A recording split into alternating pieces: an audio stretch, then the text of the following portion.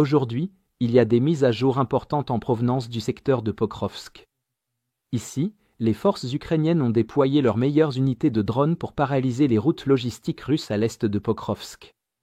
Alors que les forces de drones ukrainiennes ont établi ce que les soldats sur le terrain appellent désormais des routes de la mort, l'offensive russe est entrée dans une nouvelle phase d'effondrement. Les opérateurs ukrainiens ont commencé par des frappes de précision méthodiques dans le cadre d'une campagne à grande échelle visant à anéantir la logistique ennemie. Une vidéo géolocalisée montre une camionnette russe UAZ s'embraser après qu'un drone FPV ukrainien est entré par sa fenêtre ouverte. Un autre drone a capturé une scène rare sur ce front, un char russe T-80 tentant de se faufiler le long d'une route pour fournir un appui-feu.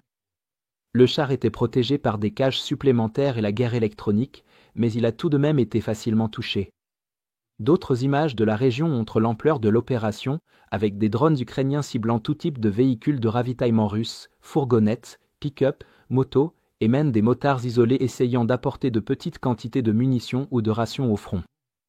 Les opérateurs de drones traquent sans relâche tout mouvement, comme le confirment des images des deux camps montrant les conséquences des frappes ukrainiennes, métal tordu, carcasses en feu et cratères tous les quelques mètres. Des motards russes filmant leur propre progression ont révélé des dizaines de véhicules détruits entassés dans les virages, précisément là où les opérateurs ukrainiens attendent le moindre ralentissement d'un véhicule ennemi pour frapper avec une précision mortelle. Ces nouvelles routes de la mort reflètent ce qui s'est déjà produit sur le flanc ouest de Pokrovsk. Là-bas, l'ensemble de l'effort offensif russe s'est désintégré sous la pression des frappes de drones ukrainiens qui ont paralysé leur logistique et leur capacité à mener la moindre offensive.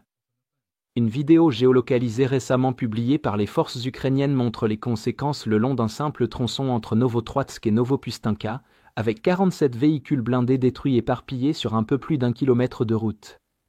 Chacun a été éliminé avant d'atteindre le front, prouvant à quel point le contrôle du feu par drones ukrainiens est devenu décisif. Avec le commandant Robert Brovdi, indicatif magyar, supervisant le secteur, les routes d'approvisionnement russes à l'est de Pokrovsk font désormais face au même sort. Sa doctrine est simple, une domination totale par les drones s'étendant sur une douzaine de kilomètres derrière la ligne de front, chaque mètre de route étant sous surveillance, chaque véhicule suivi et chaque mouvement immédiatement sanctionné. C'est cette tactique ukrainienne qui a transformé le front ouest en cimetière de blindés russes, et elle est en train de se répéter à l'est. Cette campagne coordonnée de drones a forcé l'armée russe à repenser complètement ses tactiques.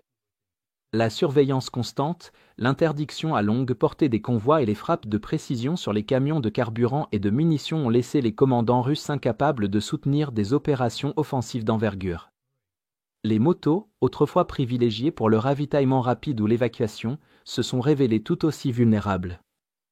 Un soldat russe capturé a expliqué que même des groupes de 2 ou 3 motos sont instantanément pris pour cible par les drones FPV ukrainiens. Face à cela, la tactique russe s'est réduite à l'infiltration d'infanterie, de petites équipes de feu de 3 soldats au maximum rampant à travers les champs la nuit avec des capes thermiques, espérant échapper à la détection. Mais les unités de Brovdi se sont elles aussi adaptées. Les drones ukrainiens privilégient désormais l'infanterie plutôt que les véhicules, traquant les individus pour maintenir ce que leur commandant a décrit comme le taux minimum mensuel de neutralisation, qui doit rester supérieur à la capacité de la Russie à mobiliser de nouveaux soldats. Les officiers russes, désespérés de trouver de nouvelles méthodes, ont eu recours à la tromperie, envoyant des soldats mal équipés pour attirer le feu pendant que des troupes mieux entraînées tentent de se déplacer ailleurs. Pourtant, les réseaux de reconnaissance ukrainiens déjouent facilement ces manœuvres, rendant chaque ruse inutile, d'autant que certains analystes russes ont admis que 9 groupes d'infiltration sur 10 n'atteignent jamais leur objectif vivant. Globalement, le tableau qui se dessine à l'est de Pokrovsk est le même qu'à l'ouest, une offensive écrasée, stoppée sous le regard inlassable des drones ukrainiens. Les routes de la mort s'étendent, leurs carcasses noircies marquant la limite de la portée russe. Le ciel appartient à l'Ukraine, et sous la coordination implacable de Brovdi, chaque jour apporte de nouvelles images de blindés détruits et d'assauts avortés. Reste à voir si les Russes continueront à briser leurs forces contre ce mur de drones ou s'ils déplaceront leur attention vers le nord, à Kostiantynivka ou Liman, ou vers le sud, en direction de Zaporijia. Si vous êtes contre l'invasion de l'Ukraine et que vous souhaitez soutenir le travail que je fais, pensez à vous abonner à notre site d'actualité indépendant. Vous y trouverez nos analyses stratégiques exclusives, des aperçus complets de tous les fronts et des vidéos d'analyse tactique régulières. En vous abonnant, Vous montrerez non seulement votre soutien à cette chaîne, mais vous aiderez également à défendre le journalisme indépendant. Le lien vers notre site est dans la description. Merci d'avoir regardé ce reportage et je remercie tous ceux qui ont décidé de nous rejoindre.